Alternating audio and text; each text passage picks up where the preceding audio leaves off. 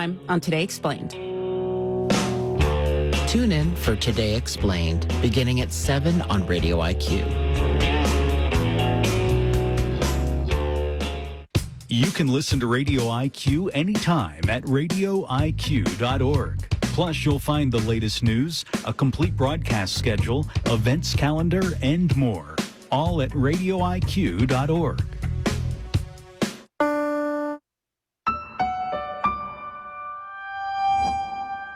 This is The Daily. I'm Natalie Kitroeff. Back to my conversation with Francis Robles and Michael Crowley on how the Trump administration pushed Cuba to the brink and whether it could actually lead to regime change. So, Michael, our colleague Frenchie Robles just told us that the Cuban regime is more vulnerable than it's ever been because of the policies that the Trump administration has carried out. You cover the administration's foreign policy. So take me inside that story. What are you seeing? Well, this is very much by design. The Trump administration until now has not talked a lot about Cuba, but has always had big plans for Cuba. And I think it's important to understand how much this is coming from Marco Rubio. Rubio is driving this, and we may be approaching an endgame that Rubio has worked towards for decades now. Okay, so Rubio is absolutely central, you're saying. Why is this his singular obsession? Let's start with his background and origins. Rubio is Cuban American. His parents fled to the United States from Cuba before Castro took power in 1959, but were very strongly anti-Castro. So Rubio grows up in a community of Cuban exiles, and he makes it really his signature issue as he dives into the politics of South Florida, where Cuban exiles who are vituperatively opposed to the Cuban regime have enormous influence. And Rubio has made his opposition to the Cuban government and his efforts to promote its overthrow central to his political identity for his entire career. And maybe the most vivid detail to underscore that is when Rubio himself ran for president in 2016. Thank you. He announced his campaign at what is known as the Freedom Tower in Miami. In this very room, 5 decades ago, tens of thousands of Cuban exiles began their new lives in America, which was the first stop for those Cuban refugees to sort of announce their arrival in the U.S. And this is at the core of his personal and political identity.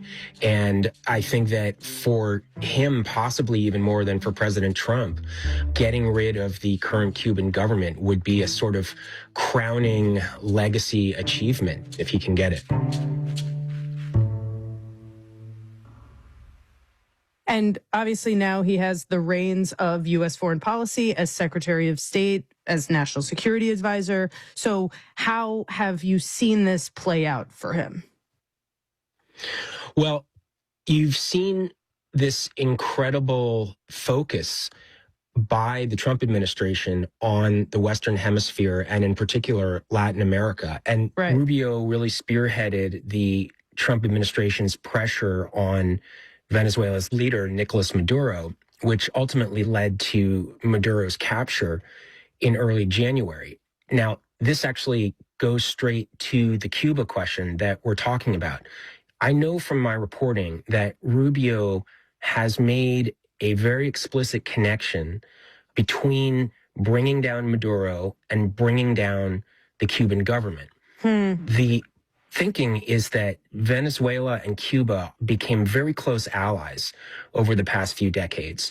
The Cubans provided Venezuelans with military training and intelligence, and the Venezuelans were shipping large amounts of oil to Cuba.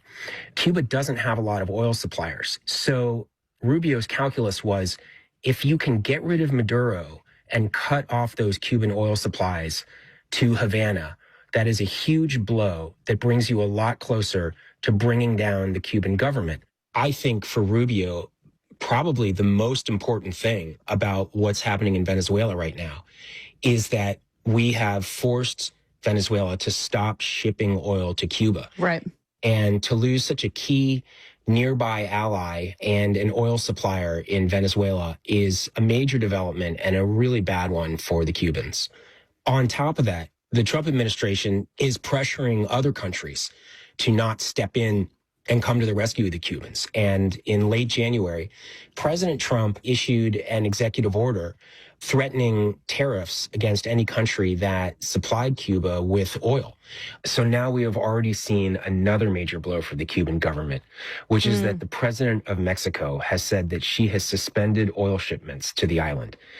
And Mexico had actually overtaken Venezuela recently as the island's top supplier. So that's the second major supplier to the Cuban government that has stopped sending oil just this year.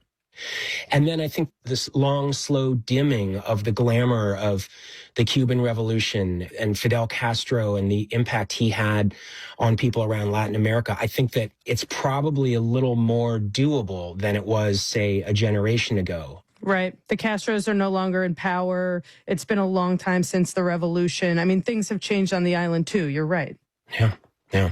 So I think that brings us to the present day, where this policy has now really put Cuba in this extremely difficult situation where conditions on the ground are just very dire. My question is, how, in the minds of Marco Rubio and President Trump, do you get from a humanitarian crisis to regime change? It's not easy. And, honestly, it's not clear to me that they have it entirely figured out, because there's just not a simple way to do this. It's very clear that Rubio in particular wants to see this regime brought down and consigned to the dustbin of history. But at the same time, I think Rubio recognizes that this is not something you can do overnight for a bunch of reasons. And, one of them is that it comes with real risks. I've been talking in my reporting to a lot of people who track Cuba extremely closely. And, what they warn is that this is a monolithic, brittle political system. There's no political opposition because the government there has been repressive for so long. It's going to be really hard to find some kind of a opposition leader who could take over, or even to do some kind of a short-term transition to a different government. And if you bring down the entire government without something to replace it, you risk total chaos, violence, mass migration from Cuba toward Florida, a lot of conditions that would put the Trump administration in a very uncomfortable position of having to make choices about what they do next. So the question is there a way that you can kind of engineer a soft landing? What would that look like, Michael, a soft landing? I am wondering what the best case scenario the Trump administration imagines here. Like, are they looking to find a partner within the Cuban regime that they could work with to kind of negotiate change? Someone like Delcy Rodriguez in Venezuela, the former vice president, to Maduro, who's now leading the country and working with the U.S.? Is that the best case here? Well, it could be, but it's very unlikely that you would have somebody who was willing to kind of step out of the political culture and allow themselves to be seen as a sort of a American puppet. At least in Venezuela, you have a substantial part of the population that has some sympathy for the United States, but there's just going to be very little of that in Cuba. The other problem is that it's a question of what you would want from the Cubans. And Rubio gave an interview over the weekend, and he said that it's really important that Cuba's government agree to some significant changes to its state-run socialist economy. He really emphasized the economy over the political system. But he has made clear many times over the years that other deals the U.S. has struck with the Cuban government, which in his view have led to very incremental reforms, were almost worse than nothing. Rubio's reaction is that that's the Cuban government being dishonest, playing for time, making promises it has no intention of keeping, and eventually reneging on. Well, and to be fair, it's true that this regime is absolutely expert in buying time. That is what they have done over and over again. This is a pattern, a well-established pattern. That's absolutely right. So that leaves you with a situation where it looks like the Cuban government would have to essentially agree to its own demise to get Trump off its back. And that seems very unlikely. I mean, it's basically suicidal. Again, I'm talking to many people who have followed the Cuban leadership over the years, and they say that they just can't imagine that happening. Now, at the same time, if this economy and society is totally collapsing around them, and who knows, maybe at some point you start having popular protests, that could convince them to make a deal like that. But that's a very extreme situation. Michael, given those complications, can we actually just drill down on what Trump wants here, big picture? It's not as if Cuba has a ton to offer at the negotiating table with the U.S. We know for Rubio, this is personal, but my impression is that outside of the large Cuban-American community in South Florida, not many Americans see toppling the Cuban regime as a huge priority. So what does Trump care about here? It's a great question. I think that most of the time, very few Americans are thinking about Cuba and don't really care that much about it. But having said that, I still think there's little doubt that if President Trump were to bring down the communist government of Cuba implanted by Fidel Castro almost 70 years ago, and he was able to do it without destroying Cuba along the way, I really think that that would be widely regarded around the world as kind of a historic triumph. He will have solved a foreign policy problem that many presidents before him were stymied by. Going back to Dwight Eisenhower, and even those Americans who aren't thinking about Cuba 99.99% of the time, if they were to hear that there had been a breakthrough, that the communist government was stepping down or had paved the way for its own replacement in some credible way, I think it would have a real power. Well, Michael, thank you so much. Thank you for having me. Francis Robles covers Latin America, and Michael Crowley covers U.S. foreign policy for the New York Times.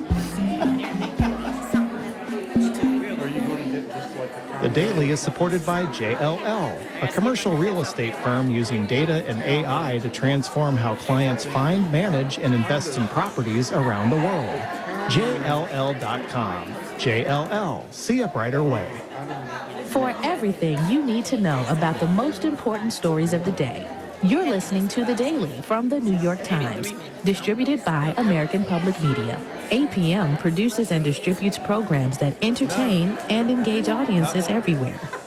The Daily is powered by the journalism of the New York Times and is distributed by APM, American Public Media. You can go deeper into the stories you hear on The Daily at nytimes.com/The Daily.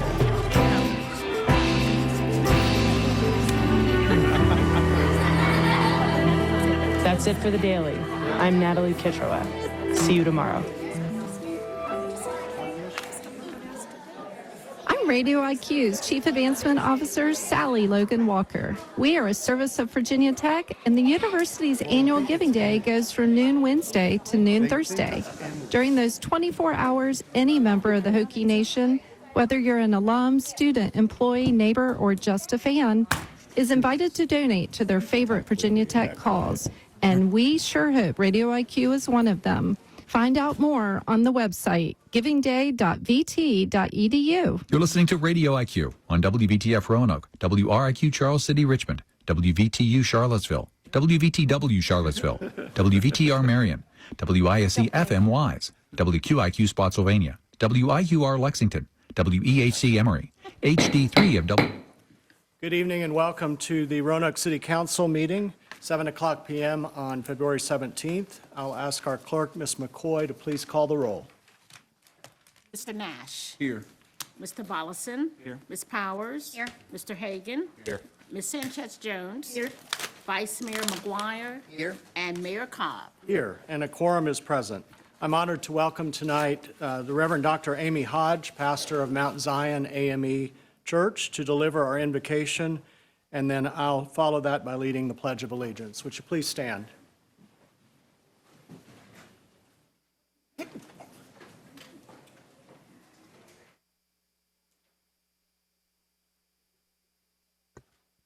Good evening. All-wise and eternal God, gracious and almighty God, we come before you this evening with humble hearts, grateful for the gift of the city and for the opportunity to serve its people. We thank you for your abiding presence, and we ask now that you would dwell among us, settling every anxious spirit and centering us in truth, wisdom, and love. Lord, we lift up our mayor, Joe Cobb, and each and every city council member. Grant them discernment beyond politics, courage beyond convenience, and hearts attuned to what is fair and just and good for all. Let every decision be guided not by fear or pressure, but by a sincere desire to serve the common good. Pour out a spirit of fairness and balance, O God. Where there are competing needs, grant clarity. Where there are hard choices, grant unity. Remind us that we must invest wisely in our children and steward faithfully the resources entrusted to us. The whole city is strengthened. Now, Lord, let the words spoken and the actions taken in this meeting be pleasing in your sight. May justice roll down like waters and righteousness like a mighty stream. And may all that is done here tonight bring honor to you and blessings to the people we serve. In Jesus' name we do pray. Amen.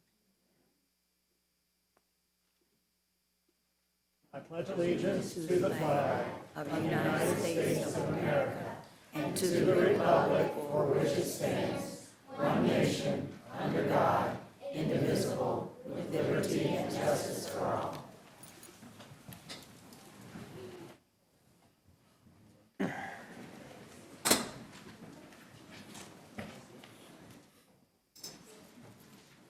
It's great to welcome everyone tonight, and as we get started in our meeting, I'm going to ask Councilman Hagan to read a motion to certify our closed meetings. All right, so I move with respect to any closed meeting just concluded that each member of City Council in attendance certify to the best of his or her knowledge that only public business matters lawfully exempted from open meeting requirements under the Virginia Freedom of Information Act, and only such public business matters as were identified in any motion by which any closed meeting was convened were heard, discussed, or considered by the members of council in attendance.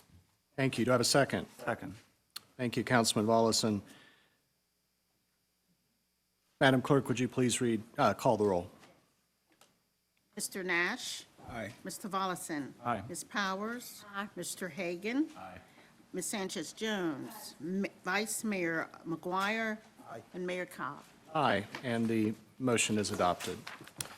Next, we have our presentations and acknowledgements, and I'm going to head to the podium for a very special acknowledgement and presentation.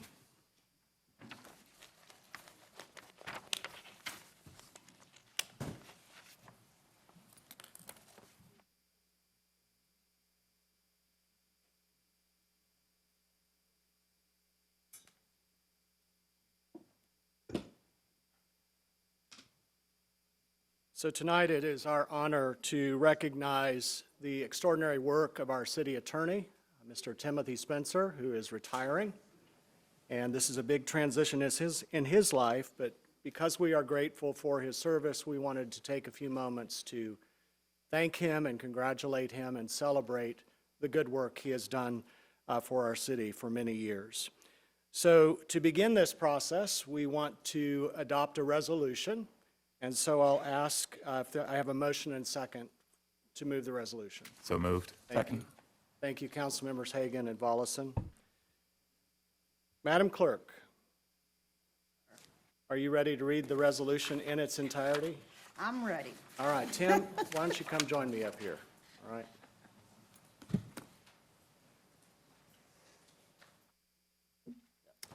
A resolution recognizing and commending the dedicated service of Timothy Spencer as city attorney for the city of Roanoke, and expressing the city's gratitude and appreciation for his years of service.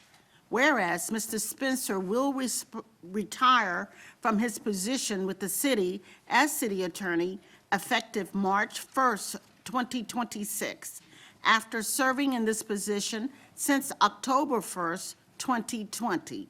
Whereas prior to his service as city attorney, Mr. Spencer served in various positions in the city attorney's office since 2004.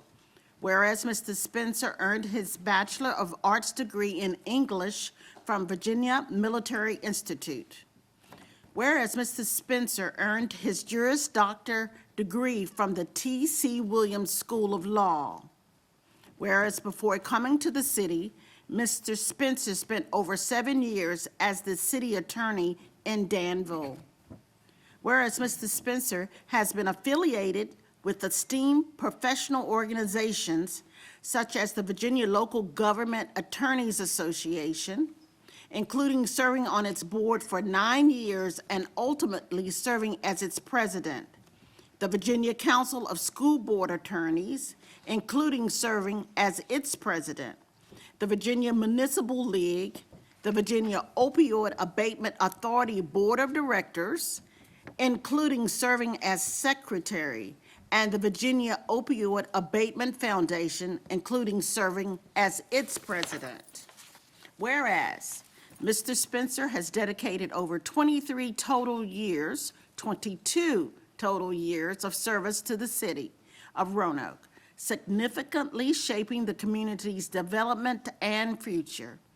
Whereas during his long and distinguished career with the city of Roanoke, Mr. Spencer provided sturdy and trusted counsel to the Roanoke City School Board, guiding it through complex governance and employment matters with a calm demeanor, sound judgment, and unwavering focus on what was best for the city's students and staff. Whereas Mr. Spencer earned the confidence of the city's Fire-EMS and police departments by partnering with their leadership on critical operational and employment issues, providing timely and practical legal guidance that allowed first responders to focus on protecting the community. Whereas Mr. Spencer has been an exceptional trial lawyer for the city, trying more than 80 cases during his career and prevailing in every jury trial he presented on the city's behalf, thereby safeguarding public resources and reinforcing public trust in city government. And whereas in all these roles, Mr. Spencer combined legal skill with professionalism, integrity, and a deep commitment to public service, leaving a legacy of fairness, stability, and excellence that will benefit the city of Roanoke for years to come. Therefore, be it resolved by the Council of the City of Roanoke as follows. 1, the council adopts this resolution as means of recognizing and commending the exceptional and meritorious service of Timothy Spencer to the city of Roanoke and its people, and expresses its deep gratitude on behalf of the city and its residents. 2, the city clerk is directed to provide an attested copy of this resolution to Timothy Spencer in appreciation of his dedicated service. Thank you, Madam Clerk. And now, Tim, we have to vote. Oh, this is going to be close. Madam Clerk, will you please call the roll? Mr. Nash. Aye. Mr. Volleson. Aye. Ms. Powers. Aye. Mr. Hagan. Aye. Ms. Sanchez Jones.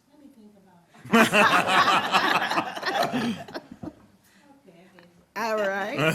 Vice Mayor McGuire. Aye. Mayor Cobb. Aye. And Tim, here is your attested copy of the resolution. Wonderful. Thank you. And we also have a couple of other things we want to present to you. The first is what we like to call a signature plaque. So this plaque contains signatures of everyone on city council, our other appointed officials, people that you work with, as a memento of our gratitude to you. It says, presented to Timothy R. Spencer, City Attorney, for exceptional and distinguished service to the citizens of the city of Roanoke, February 17th, 2026. Thank you. And one more thing. As a testament to your extraordinary work for the city, we are honored to present to you the highest honor that we give anyone in the life of the city that's made a significant contribution, and that is a key to the city. So on behalf of City Council, we present this key to the city of Roanoke to Timothy R. Spencer in recognition of 22 years of outstanding and dedicated service to the city of Roanoke as Assistant City Attorney from January 2004 to September 2020, and as City Attorney from October 2020 through February 2026. Congratulations, Tim. Thank you. I appreciate it.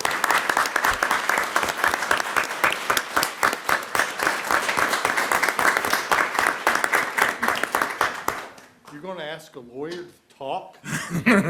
2 minutes. Okay, 2 minutes. I can get this real quickly. Thank you so much. I can't tell you what a great honor it has to be able to serve this city and this community. One thing that was not in that proclamation that I'm probably most proud of is the office and the culture that we've been able to develop. No greater honor could have been paid to me personally than your selection of Laura Carini as the next city attorney. The fact that we were able to cultivate that type of culture that works in a collaborative manner, providing professional services, and provides a life-work balance so that our people can enjoy having family and friends and work all together here in the city is probably one of the things I'm most proud of. So again, thank you, Mayor. I appreciate this. Key to the city. It doesn't get any better than that. So I really do appreciate it, and thank you. It's been a true honor to work with you, each of you. And I hope you know how much I have enjoyed it, especially this last year has been special in so many ways. Thank you. Tim, council members, anything you'd like to share? Councilman? Jim, I just want you to know I've tried really hard to get the floating boat on Smith Mountain Lake, but I just couldn't find one. We'll have to move it to go on over by the coast. I think we Ocean can Isle do it there Beach. on Intercoastal Waterway. We'll have that floating bar. Tim, I don't know you nearly as long as Ms. Powers does, but I appreciate all the years that we've worked together here on council. You've been a great confidant and advisor on so many things that we've had to go through over the past few years. So I really want to thank you for your wise counsel and your service, and look forward to seeing you on the boat with Ms. Powers having some drinks. So congratulations. Thank you. You know, I would just say, and I find this with a lot of hardworking people when they get to retirement years, they don't want to really retire, and they're trying to find themselves something to do. So I just want to tell you to enjoy retirement. You know, you've worked hard for a long time, and now it's time to enjoy the fruits of your labor, spend time with the grandkids, with the family, and just relax, because we all know your job is very stressful, like ours.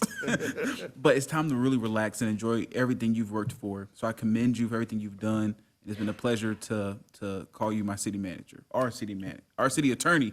Excuse me. And now, going nowhere. like your Uncle Alvin, I'm going to play as much golf as I can. Yes, absolutely. Yeah, you know, I think sometimes, Councilman Nash, there are those people who don't want to retire that you're referring to, but I kind of get the sense that Tim is ready. I've been hearing about some of the plans and things he's looking forward to. So you have earned it, and I just want to say thank you. In my short time being on council with you, I really appreciate when you've carved out the time when I've asked to meet with you and help me problem solve through any number of things. So thank you and congratulations. Thank you. I want to say thank you. I have known you for a little while. As the counsel for the Roanoke City Schools, we worked together on truancy cases. And you were great. You were always there to listen, and the same thing, you've always been there for me, to listen to me, to guide me, and to advised me. So thank you very much. I'll miss you. Thank you. Yeah, thank you so much. I mean, not just from obviously all of us and everything like that, but I mean, you had previous members of council earlier today with former Councilwoman Price speak so highly of you, and thank you for everything you have done. As you know, pretty soon after I was elected, a former member of council called me up and was like, "Yeah, Tim's great. Like, absolutely keep like everything." Like, so it speaks highly when you have an attorney that you can rely on for sage counsel, even if it sometimes sounds utterly ridiculous, because I know I've asked utterly ridiculous questions of you. So absolutely, thank you so much. Thank you all. And Tim, it's been an honor to work with you. Your guidance and wisdom has been very helpful and special to us all. And something that you raised is, I think, part of your legacy, and that is the phenomenal team you've created. Not only do you have, I mean, everybody's extraordinary in the city attorney's office, but to have people who work together well, who collaborate, who have the best interests of the city at heart, that's what makes you and your department special. And so the transition is made all the smoother because of the hard work you've done to make that happen. Thank you. Thank you.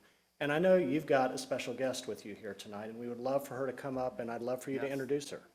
I have my wife here. She's going to kill me. I know. My wife, Kim Spencer. We've been married for, 36 years, going on 37. One by so fast you can't even remember everything. So. All right, can you all come up here and we'll get a picture?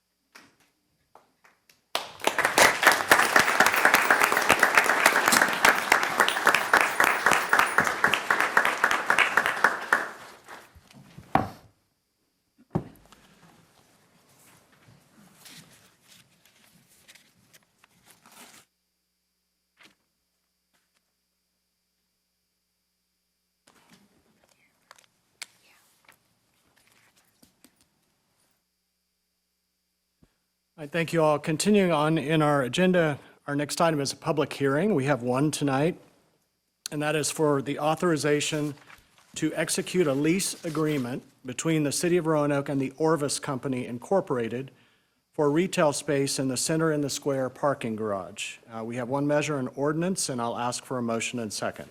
With the ordinance? Second. Thank you, Council Members Hagan and Nash. Madam Clerk, will you please read the title paragraph?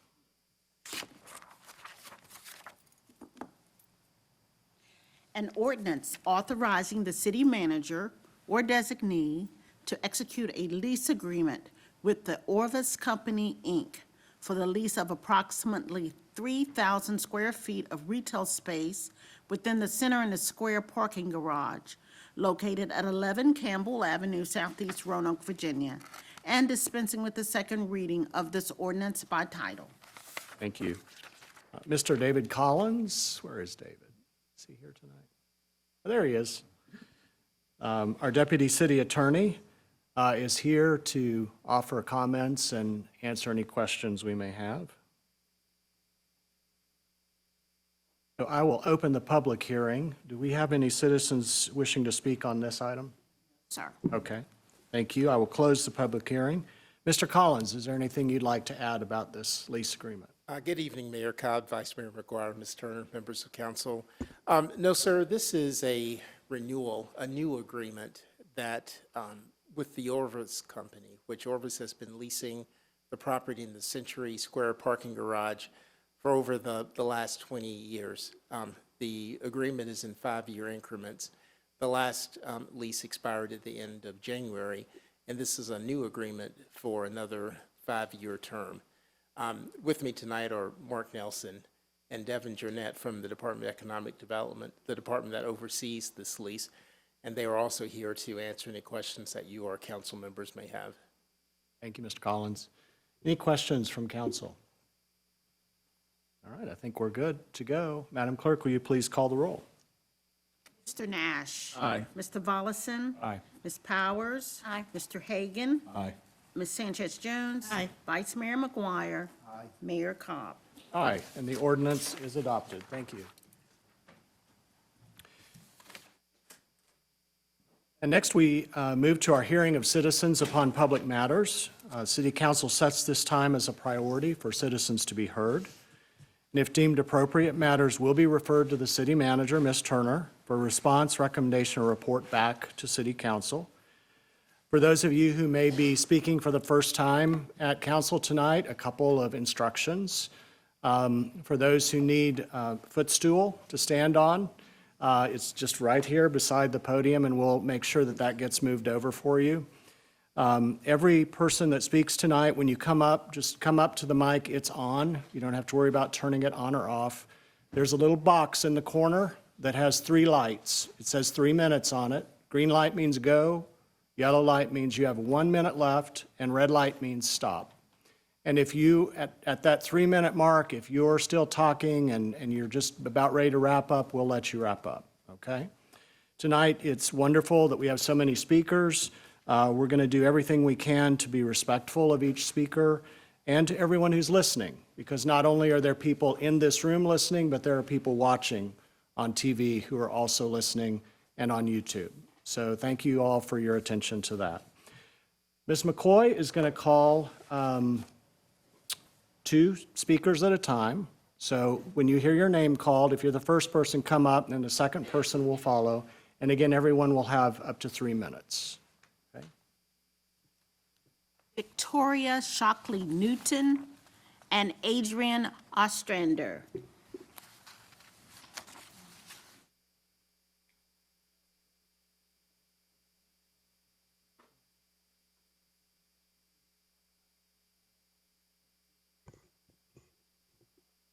Welcome.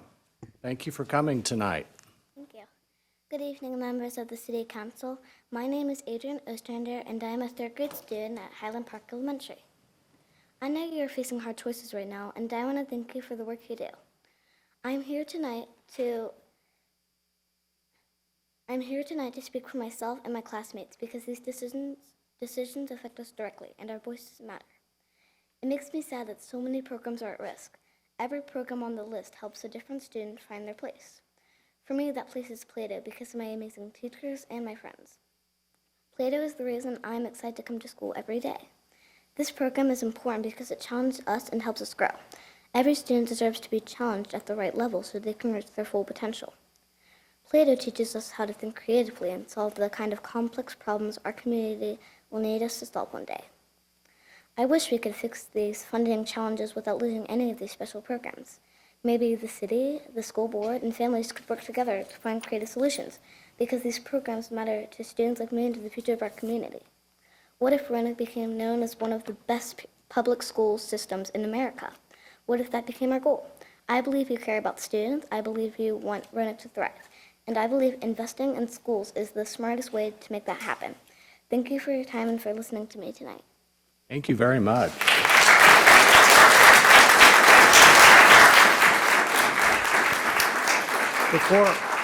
Before we go on, was everyone able to hear her? Okay, was it good out there? I just want to make sure that everybody's heard. Okay. Thank you. Welcome. Good evening, Mayor Cobb and Roanoke City Councilors. My name is Victoria Shockley Newton, and I am the band teacher at James Madison Middle School in Roanoke City, where I've spent most of my educational career. I'm also a tax-paying citizen of Roanoke City and a mother to a young child that we plan to send to Roanoke City Public Schools when he is of age. I am here tonight to speak on behalf of myself, my colleagues, and most importantly, my students. The City Council's proposed plan for funding RCPS for the 26-27 school year was very clearly created in haste, void of critical thinking on the impact that this will have on our students, staff, and community. Here are the facts. In the last 2 years, you all have changed the funding formula for RCPS 3 times and are currently suggesting a 34% tax revenue allocation instead of our current 40% of city taxes, while claiming this is not a budget cut. Roanoke City Council has accused RCPS of financial mismanagement, which was discredited but never publicly apologized for. You are currently proposing forcing RCPS to hand over their $20.5 million savings, putting RCPS in a deficit of over $16 million, while you yourselves are over $18 million in debt and spending our hard-earned taxes on things like a $6,000 a month retainer for a lobbying firm to pursue a casino that your constituents are overwhelmingly opposed to. Think of what that $6,000 could do at RCPS. Your current plan suggests cutting RCPS staff positions, activity buses, which are so crucial to the equity of our after-school programs and extracurricular activities, the Play-Doh program, the 3-year-old preschool program, who I hope to send my son to one day, and more than this to make up for this deficit. All of these components are invaluable to our students and our staff. These cuts would be devastating, but don't take it just from me. Take it from my students. I have with me a stack of letters and notes from my students at Madison, and while I unfortunately don't have the time tonight to read all of them, I'd like to read a couple to give you a clear idea of what these financial decisions will do for these students' everyday lives. From an 8th grader, activity buses are a lifesaver and really help me and my mom out since she works nights and cannot pick me up. If there is no bus, I can't go to the activities I love. I love being a part of these because they're fun and they help me express myself in a way I couldn't otherwise. We need these buses and so much more so that our students can have fun and express ourselves. I am a James Madison student and I am in the 7th grade. I love doing school sports and I love supporting my school. One of my favorite things I like to do is band. I use a school instrument. Me and my friends got brand new instruments this year through the city. What do you think we will do without the money for these new instruments? There's about 40 more of these. I have scanned each of these letters with names redacted, and I plan to email you a copy, each of you a copy, first thing tomorrow morning, and I implore you to read them. How is this right that the citizens of the city that are the most vulnerable and need the most support and guidance will also be the ones most affected by this mismanagement and neglect?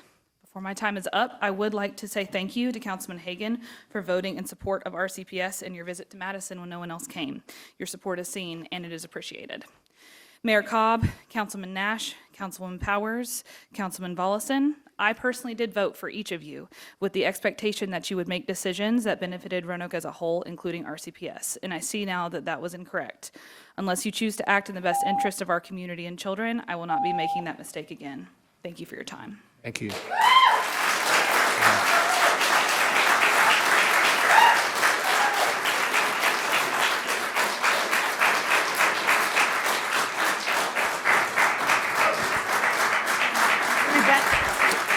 All right. Thank you all. Let's try and keep this moving so we can get to all the speakers because we have a number of speakers tonight. Rebecca Murphy, Adeline Smith.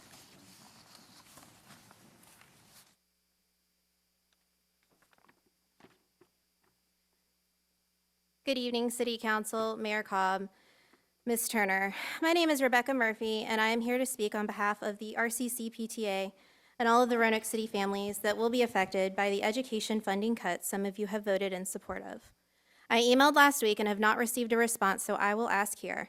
Mr. Mayor, in an interview with WDBJ on February 12th, you stated, "We're not asking the schools to do something that we're not doing ourselves, and we're actually doing it at a larger scale than the schools are, so it's a challenging time." What cuts in programs and positions is the city making exactly? I know that the narrative of our CPS pulling at heartstrings may make the council feel better about defunding education. It frames it in your mind that this was a manipulative choice our CPS made, correct? However, when it comes to public education and the standards of quality that must be kept, there is little choice in which programs can be cut and still maintain the minimum standards for the state of Virginia.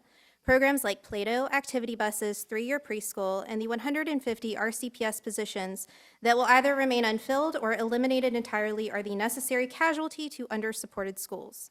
These are the direct consequences of decisions you make in this room. These cuts will disproportionately affect the more vulnerable student population. The loss of activity buses, for example. Unlike you all, perhaps, I was what you would call a latchkey kid. Both parents worked, and for me to get to my after-school activities, I relied on the activity buses, so this is personal for me. For some of these students that will be shut out of after-school programs, this will lead to long-lasting effects on their lives. Many of these kids only show up because they get to participate in sports and activities they love. I was one of those kids if you consider marching band a sport like I do. It is almost guaranteed that you will see a drop in graduation rates and a rise in crime in the city. Mayor Cobb, on your campaign website that is still active, your top education objective was to support continued record investments in our Roanoke City public schools. That was the mayor I voted for and the mayor I have yet to see.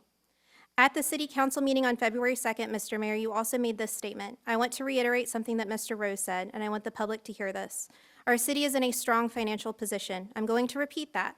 Our city is in a strong financial position. If the city is in a strong financial position, why is public education funding being cut? And let's be clear, this is a cut.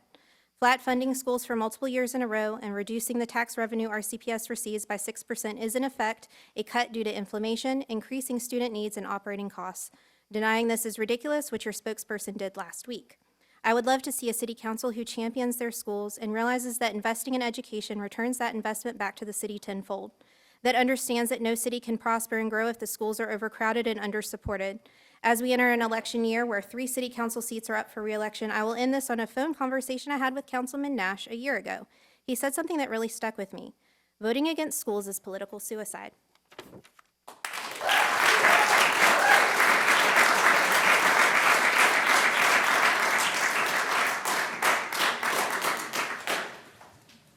Welcome.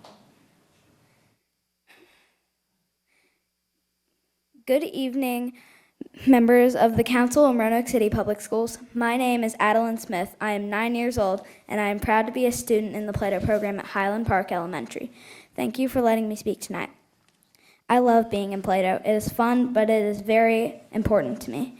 In Plato, I get to learn in ways that challenge me and help me grow. I get to be with other kids who enjoy learning like I do, and it makes me feel like I belong. This program has helped me become more confident in myself. It has helped me understand my learning better, and it makes me excited to come to school. I have made great memories, friendships, and feel proud of the work that I do. Plato helps students like me think in deeper ways and reach our full potential. It helps us prepare for our future.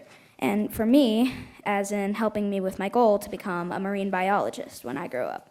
My friends and I care about this program very much.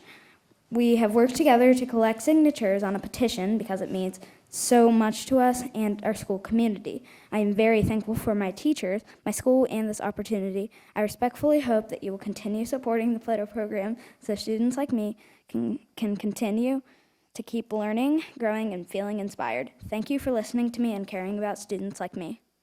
Thank you.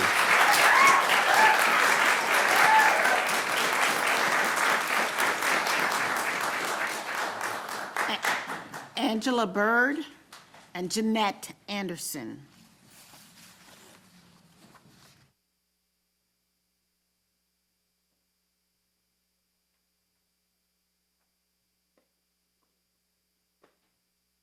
Welcome.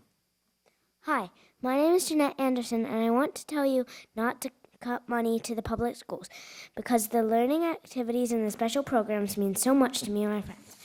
One example of these programs is Plato. It has helped me thrive, learn more, and challenge me to think harder. Before Plato, in 2nd grade, the work was too easy for me, and I felt like the teacher's assistant because everyone asked me questions. So I came home feeling exhausted. I took a poll at my aftercare, and 19 people do not want you to cut funding, and 3 people want you to cut funding. This shows that even kids don't want you to cut funding. Thank you for listening to me. Thank you.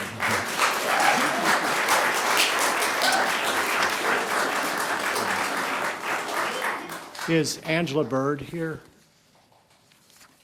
Okay, we can go on to the next 2 then. Okay. All right.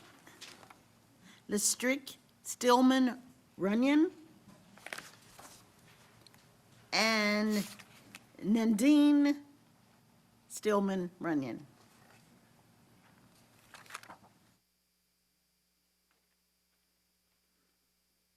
Welcome.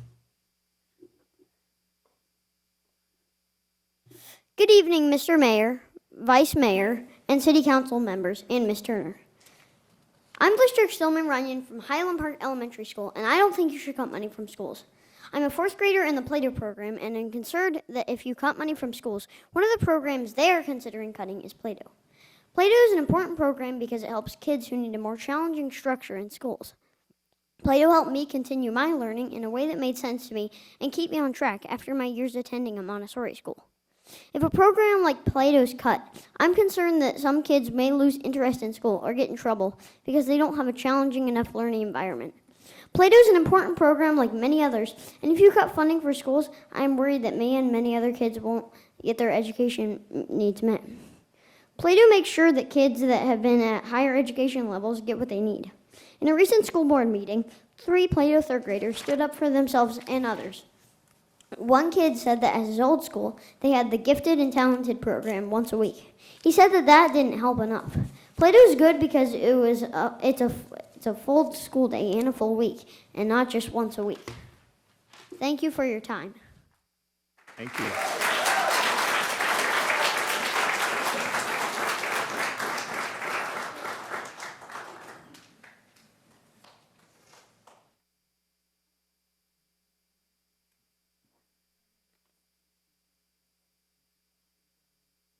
Welcome. Good evening, Mayor Cobb, Vice Mayor McGuire, City Council members, Ms. Turner. Thank you for hearing me tonight. I'm here to speak on, in light of the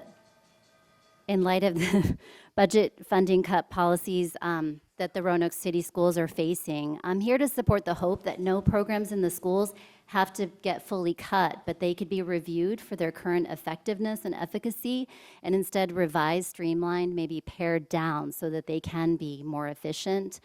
But that the current proposed budget cuts don't have to necessarily leave kids and families behind. All of the programs that are listed on the chopping block are vital in meeting kids' educational, social, and developmental needs across the spectrum.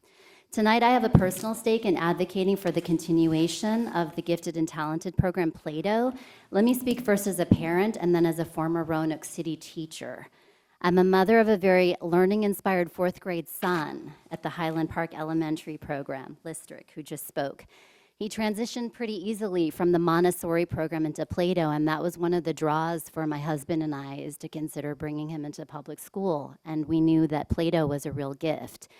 We've seen our son continue being nurtured through the program in ways that he needs, and he's grown very academically and socially. When I pick him up from the bus, he seems really energized about his day, and he shares a lot about what he's learning, new ways that kids are inspired to do a lot more critical thinking, moving ways that the Play-Doh teachers are teaching poetry and literacy. He's excited about learning. He and his friends seem to get each other, and they're so excited to learn. And even last Friday night, one of his Play-Doh friends had a birthday party, and it was really awesome to just see them playing games, like physically active games, but then they ended the night with sitting and playing chess and board games. And they were all really content, engaged, and just knew how to really talk with each other. The program's robust qualities expand beyond the classroom walls. So as you can imagine, the fact that Play-Doh is being considered for cuts, a lot of parents have been talking, and this is kind of a compilation of concerns that I've been hearing in the past few weeks from other parents. I don't know what we do without this program. My kid fits in socially, but not in other types of classroom spaces. We have fears that our kid will be misunderstood, get bored, lost in the system, or that they will be labeled in a way that will cause them to shut down and mentally check out of school. We appreciate the specialized training and instruction that teachers in the Play-Doh program offer, and the environment that nurtures and cultivates a place where our kids' unique learning needs can be met, understood, and challenged. And then also, as a former educator at William Fleming High School in the years of 2004 and through 2006, I had the opportunity to become attracted to teaching there because of the International Baccalaureate program, where I taught for those 2 years. And guess what the IB students talked about the most? They remembered bonding through Play-Doh program in the elementary school. So that's a decade of social bonding and a connection, a school within a school model that really highly works. What a great preparation, not just for Gov School, AP, or IB classes, but a great preparation to become citizens of their school, community, city, community, and beyond. So I don't think that offering gifted programs is an optional thing. It is actually essential, and I do implore you to think about how the school budget funding is addressed and the new policies that will likely leave many children and families behind. And if Roanoke wants to be the kind of community that it says it wants to be, attracting all types of families and children to build, expand, and grow, that's a huge call to continue investing in our future through public schools. Thank you so much for your time. Thank you.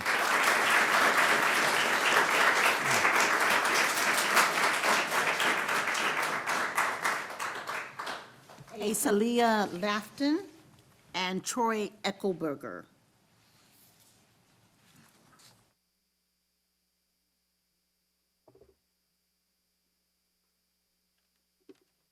Good evening. I'm Asalia Lafon, and I'm in the 3rd grade Play-Doh program.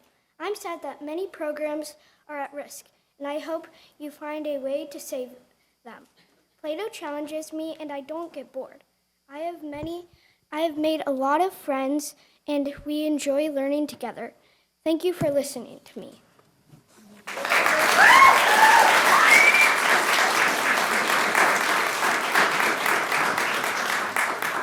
Thank you. I guess the next time I'm gonna bring my cheerleading section, amen? Welcome, sir. Yes, I'd like to say I gotta stay focused, I'm sorry. Honorable Mayor Cobbs, ladies and gentlemen of City Council, City Manager, welcome. And City Parks and Recs, and all those relevant staff. Lawyer Spencer, congratulations. Thank you for your service and dedication and welfare of Roanoke. May God strengthen you and keep you in good health. I'm a resident of Northwest Roanoke, 24012. I'm about 4 blocks from Washington Park, and I'm proud of it. And by the way, our taxes are in good standing. The we in my conversation represents my neighborhood, Roanoke citizens, and you, City Council. We are many different parts, but one body, and that being Roanoke, Virginia, the Star City of the South. We. The Evan House, as some know it at Washington Park, the cottage, the caretaker's house, is in the heart of the city. But the city do not have the caretakers in its heart. The city does not have their caretakers in its heart. And like I said, when I say we, I'm speaking of me, citizens of Roanoke, and you, and you, council. We are much better than what we exhibit when it comes to the caretaker's house, Have you seen it lately? Have you seen it lately? The cottage does not complain from our neglect. She proudly stands so that we can reflect, not on what was then hatred, discrimination, and separation, but reflecting how far we have come since its preparation. I wonder what the caretakers are saying in heaven about their once home. When we departed, we left it in your care. They left it in our care. Please find funding for restoration and upkeep of the Evans house or the caretaker's house. This is our legacy, our pages in history of Washington Park and Roanoke City. We are many, but one body. The dream still exists and hope is still alive. God bless you and thank you. Gracias. Thank you.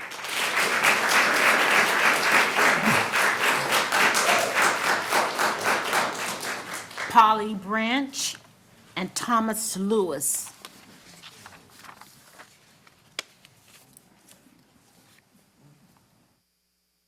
Good evening, Mayor Cobb, Vice Mayor McGuire, Manager Turner. Appreciate being here tonight.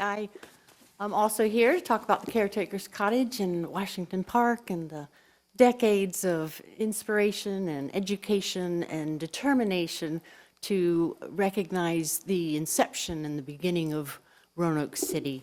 I support it, I celebrate it, and I pledge to continue working to find funding and to not burden it, because I know it's not in your budget, to burden you, but to continue educating and working with citizens who recognize the significance of the healing that can happen, as we've been trying to do for so many decades in Gainesboro, and in healing the wounds from racism and the time of the last 200 years.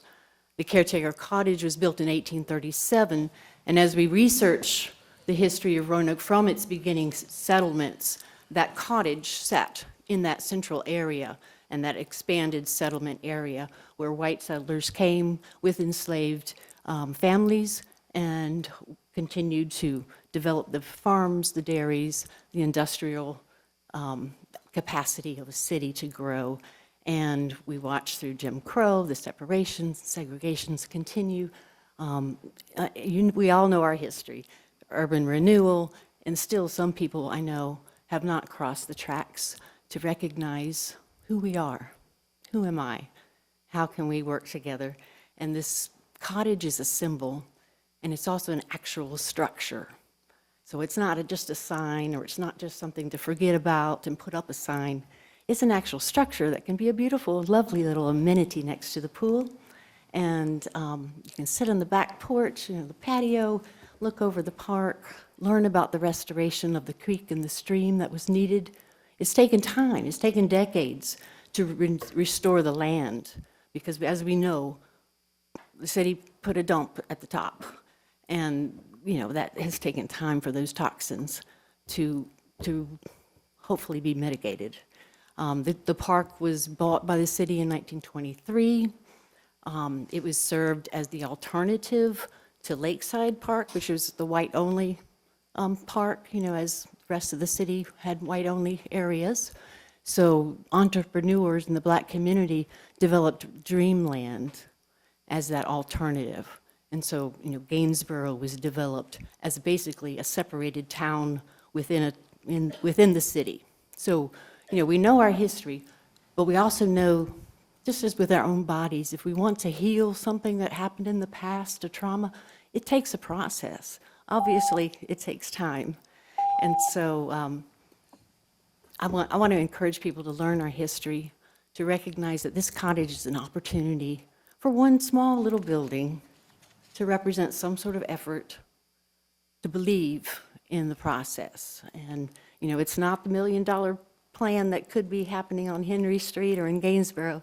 It's one small project. And I really believe with the insurances and confidence that a city can say we're behind you as the public citizens working, then we can take that document to our big donors and say, let's do this. We can stabilize in a few weeks.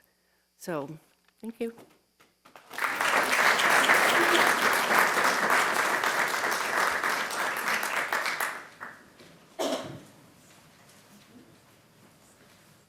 Good evening, Mayor, City Council. My name is Thomas Lewis. I'm also a citizen of Roanoke, Virginia, and I'm here speaking on behalf of the cottage also. I had this big long speech I was going to say, but I was in the airport last month, and I was looking at, they've got a kiosk that it has like attractions for the city. If you come visit Roanoke, it's a place you can come see. One here is National Bridge, Transportation Museum, and some other things here, Dixie Caravan. And it made me think, how great it would be if the cottage if we were able to, like we're trying to do, to preserve the cottage and make it a historical landmark and make it a tourist attraction for Roanoke. I'm here to ask a question. For us to save the cottage or to help get it restored, cities asked us to do some things. One is show proof of insurance, so we can have somebody go into the building and access and assess it for work needs to be done. Specifically, the city required proof of insurance, which provided in November. The authorization currently remains on the desk of the city attorney. And this document they've had since November, and what it does, it hinders us from having someone go in there and actually assess the building so we can get an action figure on what needs to be done and what it's going to take to get it finished. So my question is, what can we do to get that document expedited if it's sitting on the city attorney's desk? How can we get that moved forward so we get access to get into the building so we can assess what work needs to be done? And we've done so much to raise money on our own. We've not asked the city to give us money for assessment. We had an engineer come in last year and assess that the building can actually be saved and not out of the hands we can do. But we just need access to get into the building. So my question for the city council is, what can we do to get that document, and it's the authorization for insurance, move forward so we can get access to the building? And that's all I have. Thank you.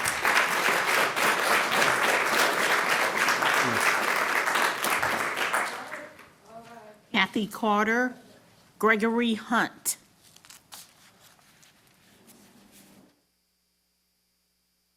See Ms. Carter.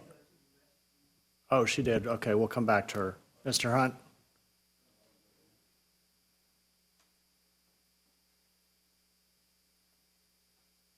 Okay, good afternoon, Mayor Cobbs, Vice Mayor, and other members of City Council. My name is Gregory Hunt. I'm here representing or speaking on behalf of the college as well. Growing up in Northwest Roanoke, matter of fact, Lincoln Terrace projects, Washington Park was the dump. And every day going to Addison, we had to traverse the dump in order to make it on time for school. Washington Park was my playground, so I hold it dear and near to myself. A lot of the other historical buildings that have been part of the Gainsborough area have been sold or given to other organizations. The cottage is one of the, I'll say few, or the last few that are still in possession or part of the black community. As an adult, my life has come full term. I'm here before you all, and I'm blessed to be here today. I would like to make a motion to the City Council that they sell the cottage to me and that I will pay for the renovation and remodeling of the cottage itself. And that we be given a chance to present a bid to make the improvements necessary to Washington Park, just as well as any other company or organization that's been given a chance to make a bid for the improvements being made to Washington Park. I think that we as a community, they've been beating down for so long. I think every chance that they've made strides to make some improvements to our community, it's been nullified. I think with the selling of the cottage to myself, it would unify the community and a general purpose for the community. As we all know, the larger percentage of members of the Roanoke City Jail are African-American descent. Given a chance, this will unify our community so that we can make those improvements in our community and the lives of the other citizens of Roanoke. I make that motion, and if it's accepted, we'll continue to move forward. Thank you all for your time. Thank you, Mr. Hunt.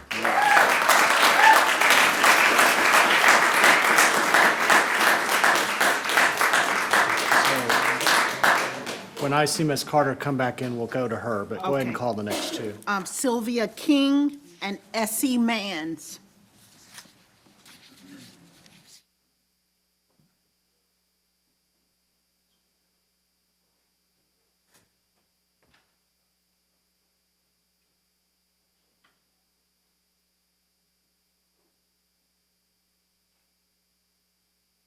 Welcome. Good evening, Mayor Cobbs, and thank you so much, and Vice Mayor McGuire, and the City Council, and the City Manager, Ms. Turner, and rest of the members and your staff.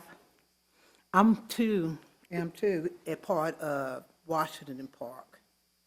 I am the chaplain for Friends of Washington Park, and our assignment is to save Evans Caretaker's Cottage.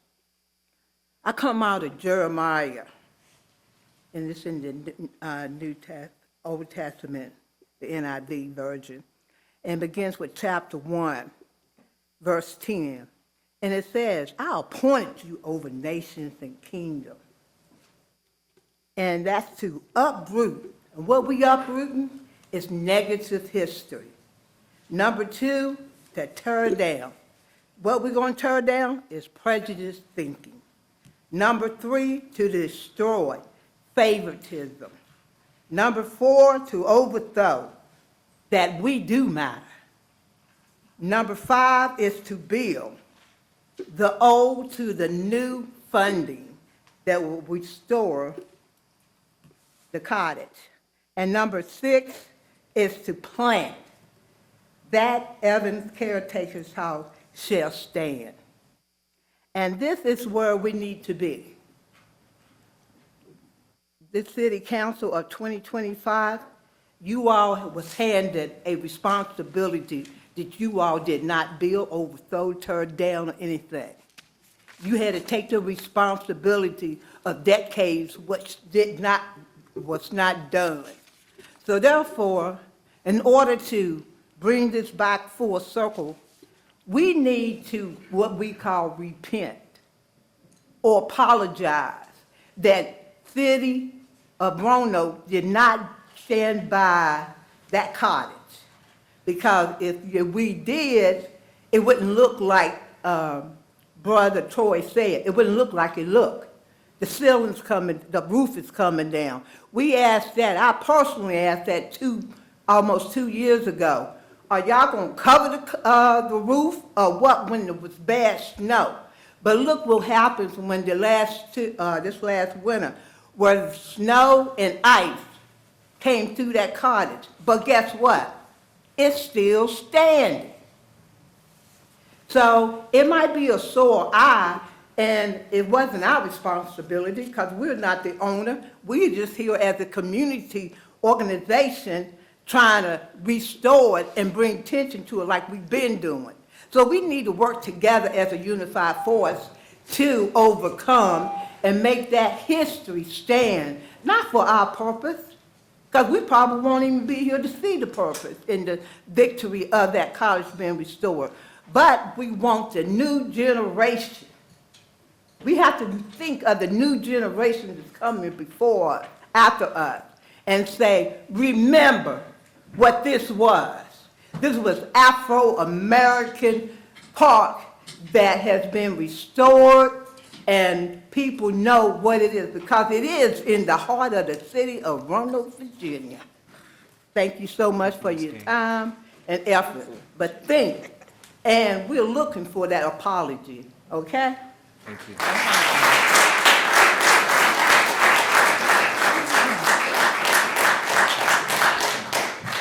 Welcome, Dr. Mann. Power of the Lord be with all of you. And as I look across my city council, I made a mistake of voting because I thought the council worked for the entire city. Thank you, Mr. Hagan, for the awesome job that I see you doing. And I want to tell you a fact of knowledge. Steve Boucher died. Reverend Scott, Reverend Clinton Scott, Reverend Keaton, those men, and Mr. Stewart, who knew how to build, had raised $100,000 to restore your cottage. Stop lying. Take care of every community. I'm standing here to tell you today that it saddens me that you run and you take a salary when our children are being decimated, our communities are being eaten up. This was my community before you came through and gave me a road and decimated my property and gave me a swimming pool. And sadly, I never learned to swim. You have lied to me, and the code that enforced me in my community, if my grass get 12 inches long, which it never did, it looked like it was going to, oh, you put a note on my door, cut your grass or we'll cut it for you. But you allowed a man that worked for the city to bring in a stinkweed that's now a 100-foot tree that's killing me, my family, and has already killed my neighbors. I'm the only one living. Y'all need to get off the pot and stop talking the trash and do the work you were hired to do, or get up and quit. I'm tired of being told that you care about all the citizens, but you decimate our children from one area to the other. The ideation of restoring Evans House, there was a swimming pool down there that had pure water in it. You guys, after the flood of '85, hired a young lady that knocked on my door, and I got neighbors that died, they can't prove it, and y'all gave her $100,000 to make a weed vamp and got the nerve to call it a park. Percy Killen had a Y on Patterson Avenue across from the library. Our young men didn't get in trouble. He fed them and he took care of them. The woman's Y was on the corner, a viable neighborhood. You, city council, get off your butt and do what you get paid for. God bless America. And I hope he teaches y'all to really love yourself. Then you won't treat us like we trash.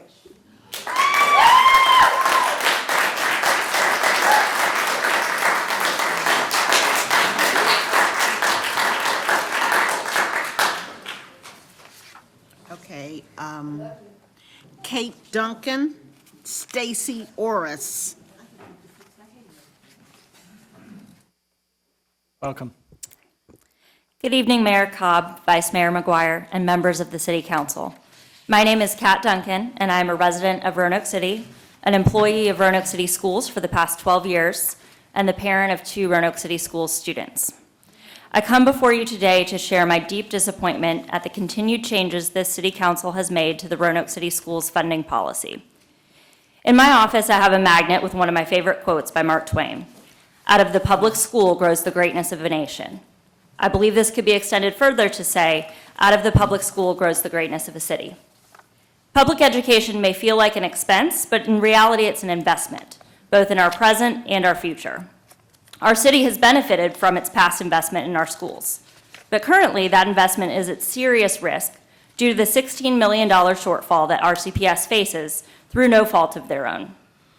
Make no mistake, the responsibility for this deficit rests squarely on the shoulders of this City Council.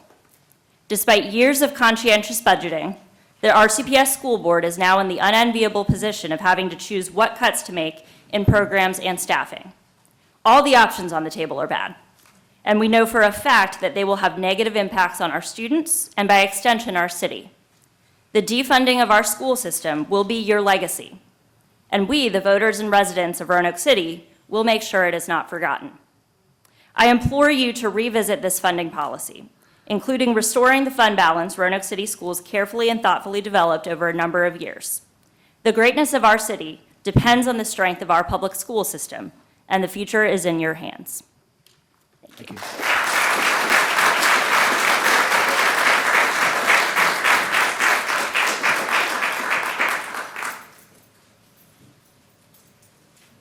Welcome. Good evening, members of council. My name is Stacy Orris. I'm not only a resident of Roanoke City, but I am a Roanoke City administrator, and I've been there for 16 years. I also have a student in the Plato program at Fairview. And tonight, I want to talk about something that we all understand at a personal level. How you spend your time and your money shows what you value. If you care about your family, you take time for them. If you care about your home, you invest in it. Your budget, whether it's your household budget or your schedule, reflects your priorities. It tells the truth about what matters most. The same is true for our city.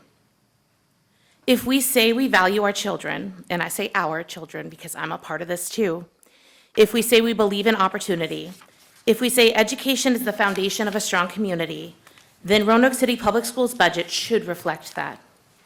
Right now, our city budget is a statement of our priorities. And while we fund many important services throughout the city, we may have to ask ourselves, are we investing enough in our schools? Are we giving teachers the support they need? Are we ensuring classrooms have up-to-date materials, safe facilities, and resources to help every student succeed? Strong schools strengthen everything else. They attract families to Roanoke. They support businesses. They reduce long-term costs in public safety and social services. They prepare students to enter the workforce, start businesses, and give back to the community that raised them. Fixing the city's budget does not mean irresponsible spending. It means being intentional. It means making strategic decisions that reflect our values. It means recognizing that investing in education is not an expense. It is a long-term investment in Roanoke City's future. When we put more funding into our public schools, we are saying to our students, you matter. We are saying to our teachers, we respect your work. And we are saying to our community, we are not just planning for next year, but we're planning for the next generation. It's time for our city's priorities to match our values. And that starts with fully funding Roanoke City Public Schools. It is about giving students the opportunities they need and the small class sizes that ensure they can learn. My child goes to the Plato program in Roanoke City at Fairview, a program that understands his needs in a way and supports his thinking. It challenges him and makes him think critically. It gives him a school family of like-minded students who have the drive and the determination to change the world. I urge you to value our children and our future. Please show that Roanoke City cares for our students. Thank you.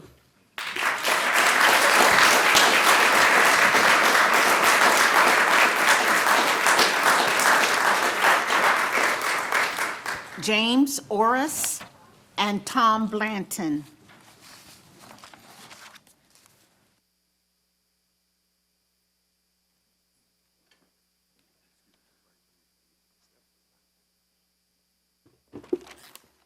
Welcome. Hello, I am James. I am a third grade student in the Plato program. I am here to save Plato. Here is the money from my allowance to help save Plato. This is important to me, and when something is important, it should be a priority. In Plato, we have made a lot of friends. We are challenged, and we are taken out of our comfort zone. Since the budget is off, I may have to switch schools again and leave my friends behind. Without the money from the city of Roanoke, our schools will have to make hard choices that impact me and other students like me. Please consider fixing the budget so that we can save Plato and other programs that help all students. Thank you.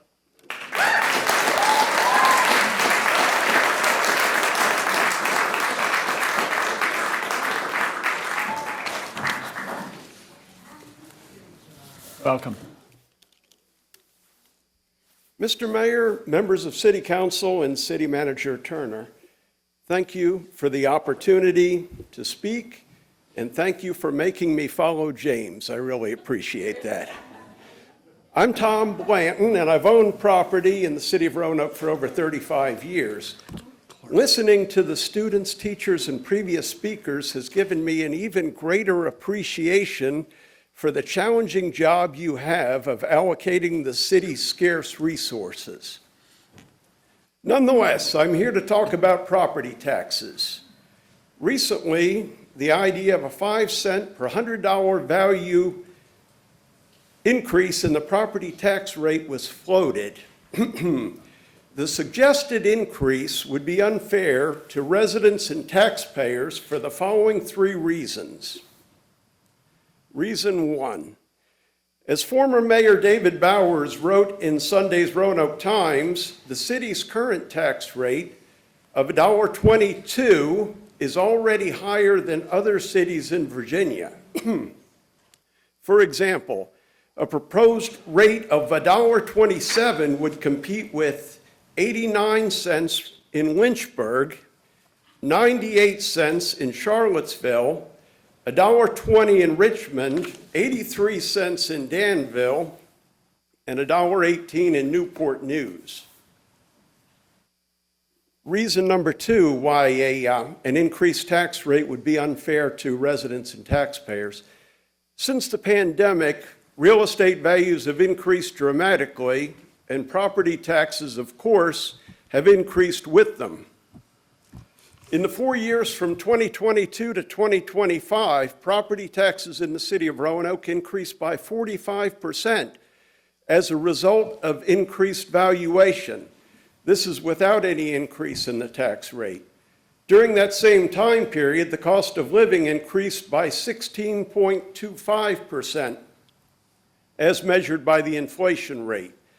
So between 2022 and 2025, taxes increased by 28% more than the inflation rate. So the taxpayers are already paying much more in taxes, even without a rate increase. Reason number 3 why it would be unfair to increase the tax rate. Increases in property taxes and other costs result in higher rents for residents. There's a lot of talk about the need for affordable housing, and of course, that need is very real. It is difficult to provide affordable housing with costs increasing by 45% over a 4-year period. In my own small business, You can go ahead and wrap up. oh, okay. In my own small business, a number of my clients have rented from me for over 15 years. They're people on Social Security. Some work as CNAs. They're people on very fixed incomes. Any increases in taxes make it more difficult to keep rent affordable to people of modest means. In closing, while I understand that City Council has a very difficult job of allocating scarce resources, taxpayers in the city are already paying their fair share. Therefore, for the reasons stated, I respectfully ask that the property tax rate remain at $1.22 per $100 of value. Thank you for the opportunity to speak. Thank you very much.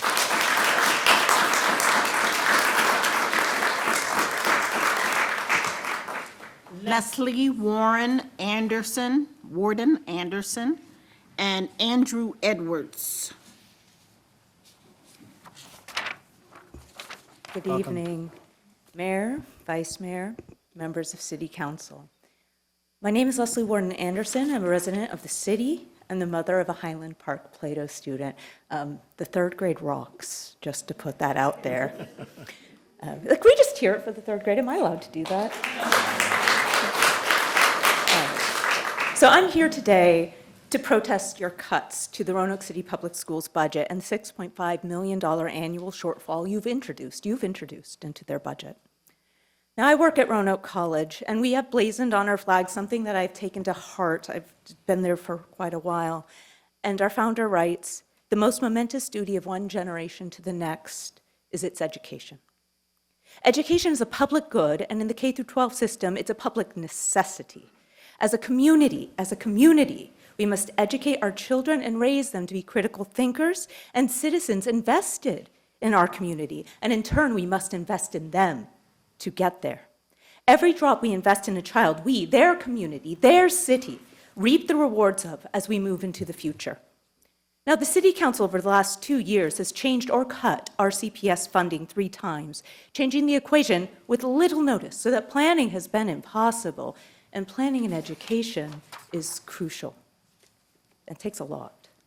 Less funding necessarily means fewer services for our children, your children. It is not as if the schools were already basking in funding. Last academic year, the bus system shifted, forcing some schools, and were zoned to Highland Park. We would be there, Plato or no Plato. Highland Park is our school. We now begin instruction at 7:15. Clubs have been reduced and are almost non-existent at Highland Park. Spanish was cut from our elementary schools this year. It's not like we have tons of money. Our schools need what money they have, not less, probably more. With even less money, cherished programs will be lost, positions shuttered, and students will be more poorly served. When we moved to Virginia, we chose Roanoke. We could have been elsewhere. We did so because we wanted to be close to Highland Park, because we love this city. We loved the city and believed in it and its schools. But my faith in the city government has faltered, because I see you not stepping into the one momentous duty that we all have to educate our children, to invest in growing our future. And as a parent, I am angry because I know this will impact my daughter, and I can't save these programs for her, but you can. I implore you to restore funding of the schools to the 2024 levels and methodology. Thank you for your time.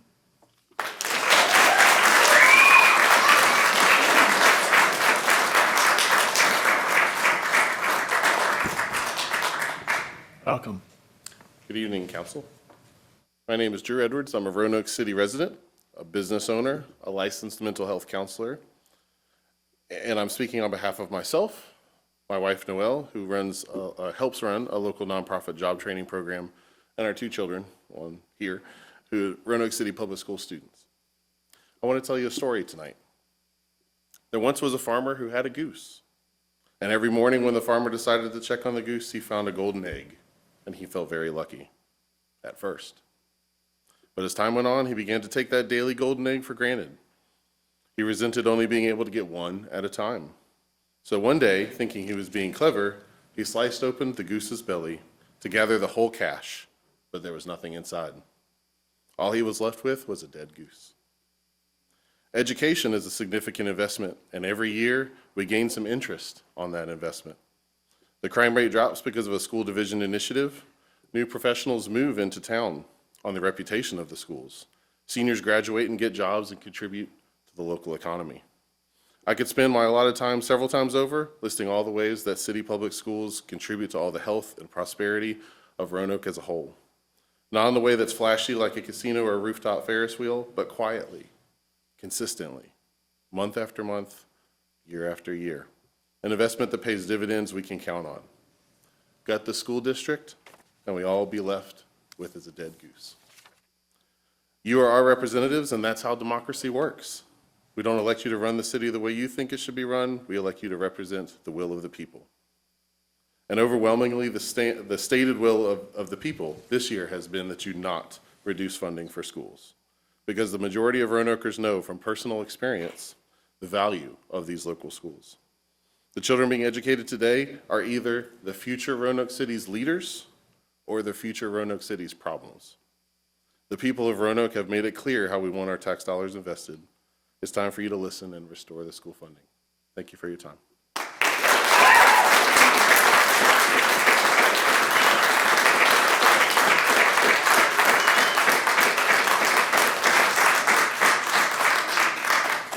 Our last 2 speakers, Olive Copplestone and Allison Shook.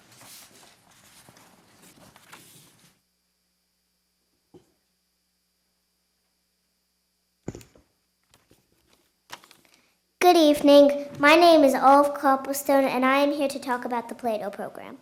It makes me sad that so many programs are endangered of being canceled. Me and my friends love this program, and I've made some new friends too. Everybody here is loyal and respects me for who I am. So please don't take away the Play-Doh program. Thank you for listening to me.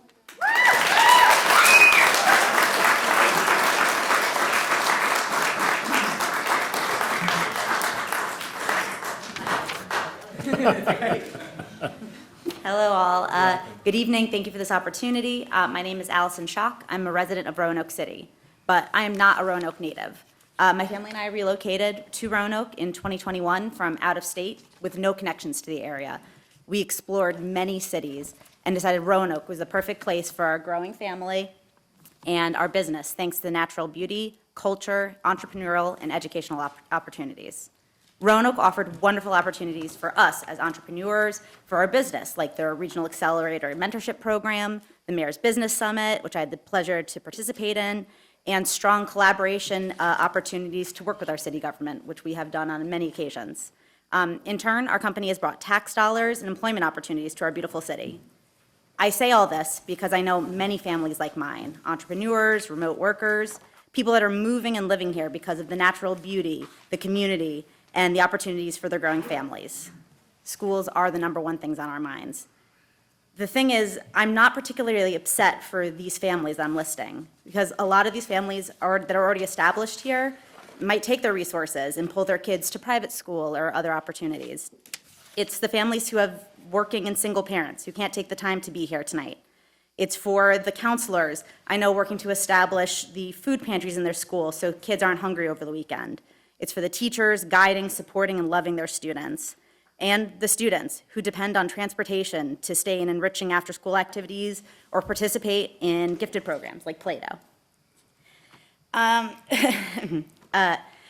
But however, I will speak to those that are considering relocating to this area, bringing revenue, bringing tax dollars. School ratings, reports, and frankly, optics are going to be one of the most major deciding factors. Frankly, more than the wonderful business opportunities which I have taken advantage of. You are facing tough decisions. I understand that. Just please do everything you can to aggressively fund our schools, and I believe that this will serve to enhance our economy overall.